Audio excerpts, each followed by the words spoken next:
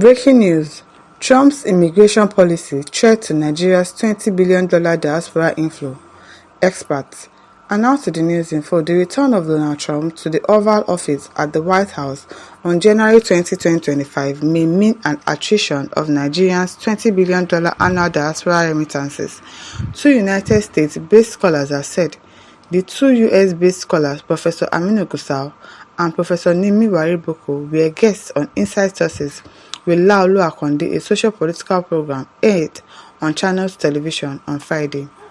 One vital issue that I need to mention is the issue of immigration and how it will affect if Trump decided to do what he did the last time of massive deportation. Of course, it would affect the economy because the remittances abroad towards drastically go down, said Professor Gusau, a scholar and research affiliate at the University of Kansas. Wariboko, a social ethics professor at Boston University, corroborated Gusau's views, saying Trump is determined to promote white supremacy and this may affect the US economy. I don't think so.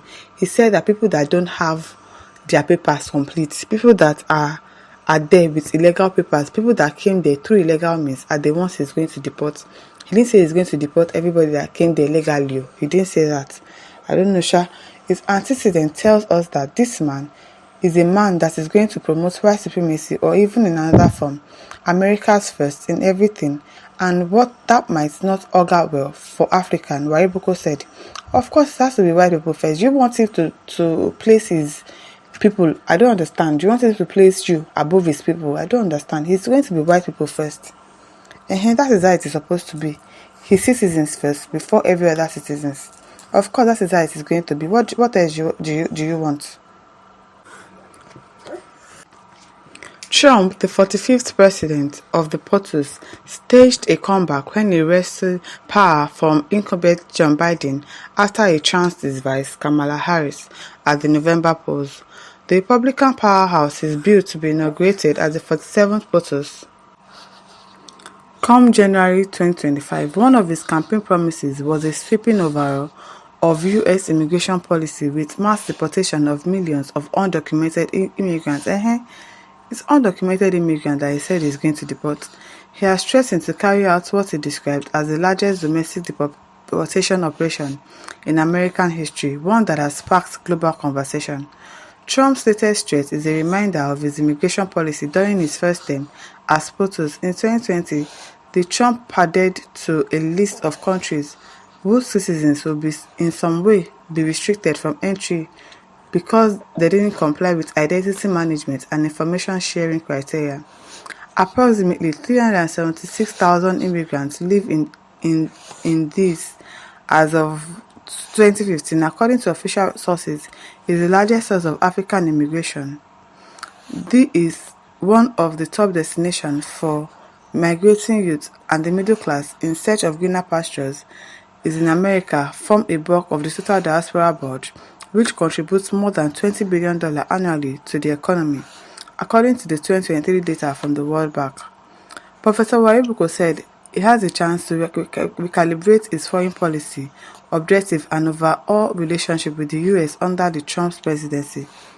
The good is that has a chance to recalibrate his relationship with the US. President Trump is a very transactional person, so he might be working with and they can iron out things that may be of benefit. That is a good prospect that is here. But the bad thing is that cares about countries with economic strength, and these are things that does not have, so we may not envision much in his calculation. We may want him, but the question is, does he really want us? One of the ways can do that is to tap into the huge diaspora population that are in the different aspects of the US society, from academics to technology to business to politics. It is for this to find a way to say one of the ways to approach the US is not only by two, but on time diaspora, all this English I don't understand, the citizens here to be a form of advocacy for the issues of Africa, for the issues of Black nation. On his part, Professor Gusau said, though many didn't expect Trump to win, the reality is that Americans have made a choice. He noted that there is a sudden emergence of emotional intelligence in Trump going by his recent victory speech. He said, nobody would ever expect that a convicted felon, somebody who had been impeached, would come back to become the president. But the American people spoke, and the American people decided they needed a change, and that happened. There is one reality that we cannot shy away from. People will be asking, is it the same Trump that we know, who became president in 2017 to 2021, or is it a different Trump coming back now? When he made his acceptance speech, he was for the first time talking about unity and global issue, and that he is willing to handle it. So going through what he went through, attempted assassination, hopefully Trump will look at things from real perspectives rather than from a stereotypical perspective.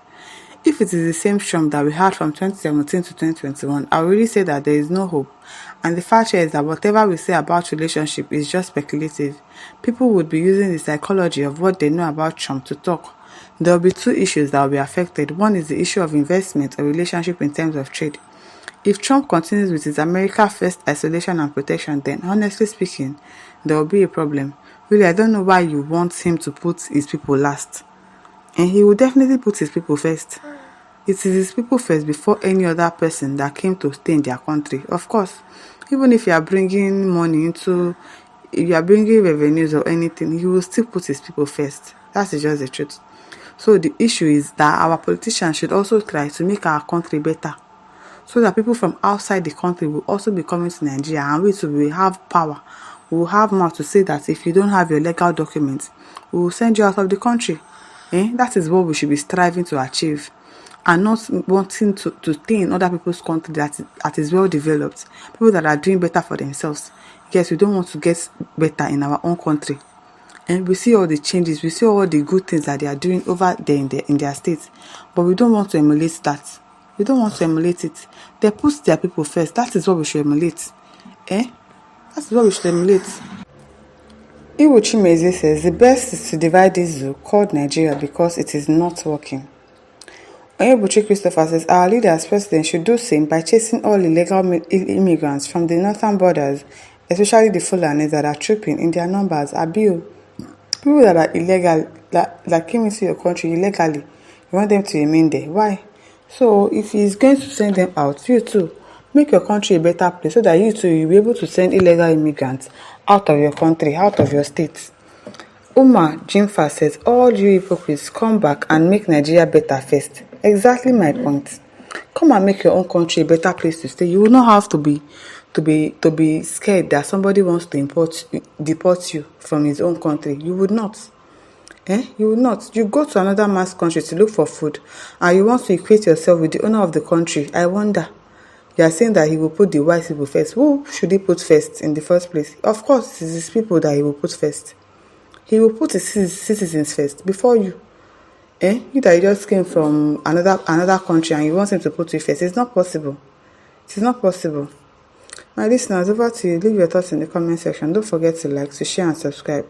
Thank you for listening. See you some other time. Bye.